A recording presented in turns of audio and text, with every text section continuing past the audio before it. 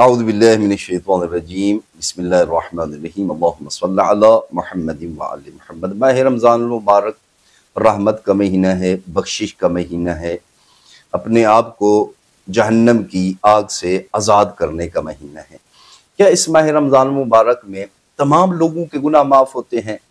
یہ ایک سوال ہے، چونکہ اس میں شک نہیں ہے کہ ماہ رمضان المبارک رحمت برستی ہے، اللہ کی خاص رحمت۔ جس طرح بارش آتی ہے، بارش ہونے کی وجہ سے تمام یہ جو زمین ہے یہ آلودگی سے پاک ہو جاتی ہے، درخت پتے سب اس میں مٹی گرد جو ہے نا وہ صاف ہو جاتے ہیں، پاک ہو جاتے ہیں، خوبصورت لگتے ہیں۔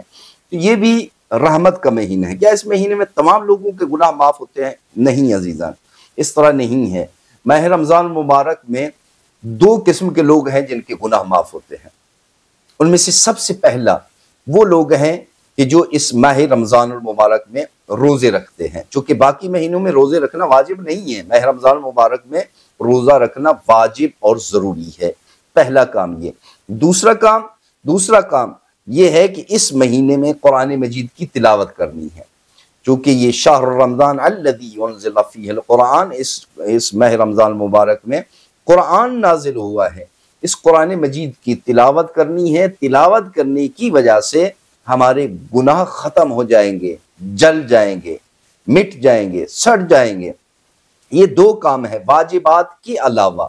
جو بندے بھی اس ماہ رمضان المبارک میں یہ دو کام کرتے ہیں وہ ان کے گناہ ختم ہو جائیں گے، وہ جہنم کی قید سے آزاد ہو جائیں گے۔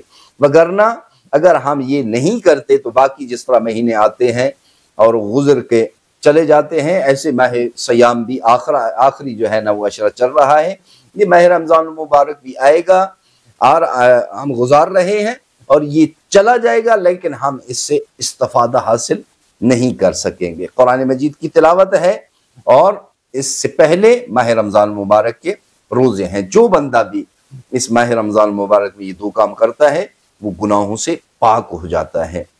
دعا ہے خلاق دو عالم ہمیں اس آخری عشرے سے زیادہ استفادہ حاصل کرنے کی توفیق عطا فرمائے، توبہ کرنے کی توفیق عطا فرمائے، آل محمد کی سیرت کو پڑھنے، سمجھنے اور اس پر عمل کرنے کی توفیق عطا فرمائے۔